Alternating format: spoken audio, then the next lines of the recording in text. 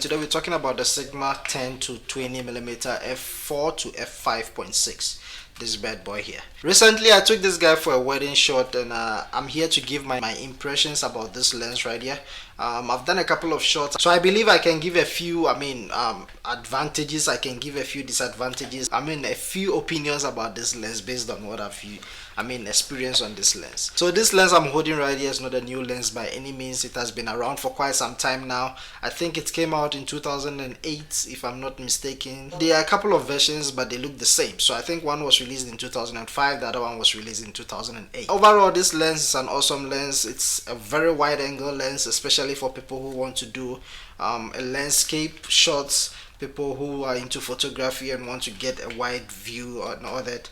And this lens is really helpful for people who are rocking on APS-C cameras like the Canon 600D, 650D and 700D, all those Rebel series. The wedding that I took it for is actually, I wasn't going to make a review about this lens until I took it out for some shots. Honestly, I don't want to lie, man. With the shot that I got with this cheap lens here, it's quite an awesome lens, man. Mostly when I'm shooting wedding shots, it's very hard for me to get some wide angle views because mostly I'm working on prime lenses like the 50mm, the 30mm and all that. So this lens coming in with 10 to 20mm, which is very wide, it's very awesome lens, and I'm not gonna lie, it has done a whole lot of things for me when it comes to shooting wide angle shots. I'm still waiting to get a few accessories for my EOS R.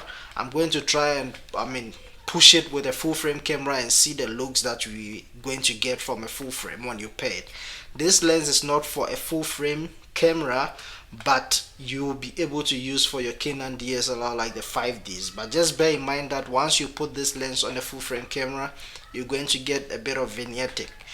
The frame, the edges are going to be dark, and it's going to look like a fisheye type of video or photo. Normally when you shoot, you have to crop in a bit and it will end up not being as wide as you ever wanted it to. This lens has some advantages and it got some few disadvantages as well. It's not the best lens out there. The disadvantages, one that I can easily point out there, will have to be the autofocus.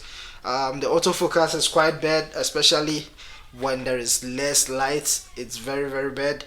It does not track very well compared to the recent lenses that we have in the market like the 50mm f4 1.4 and so on. It's not the best, but it does the job. Another downside that I can point is it does not have any image stabilization. So if you are someone that you shoot with your hand, you go handheld, you must expect to get a lot of shaky footages, especially if you don't have any IBIS in your camera. Overall, I love it because I do have some APS-C cameras lying around here. So when I pair this on my APS-C camera, it gives me some awesome footage that most lenses are unable to give me.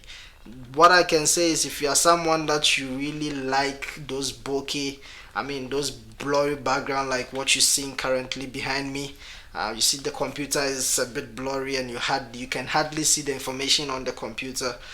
This lens, you're going to struggle to get that type of look because it's not good in low light. It's all the way from f4 to f5.6, which is not the best out there, but you can just zoom all the way to 20mm and make sure you get some good lighting, and I believe you can get a bit of depth of field from this lens. If you're someone that you need a lens as wide as possible and as cheap as possible, well, I believe this old vintage lens is going to I'm saying vintage because it's been around for quite some time now. I think it's about 10 to 15 years now if I'm not mistaken. I stand to be corrected. So yeah, man, overall so far so good. I think it's best if you're a photographer or a videographer, you should just pick one and keep it in your bag. It might help in many situations, especially if you need a wide angle lenses.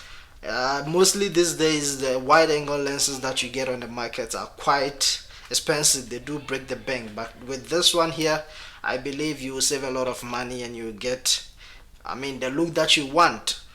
Just bear in mind that with most of the footages that you may shoot out there, you're going to get some chromatic vibration.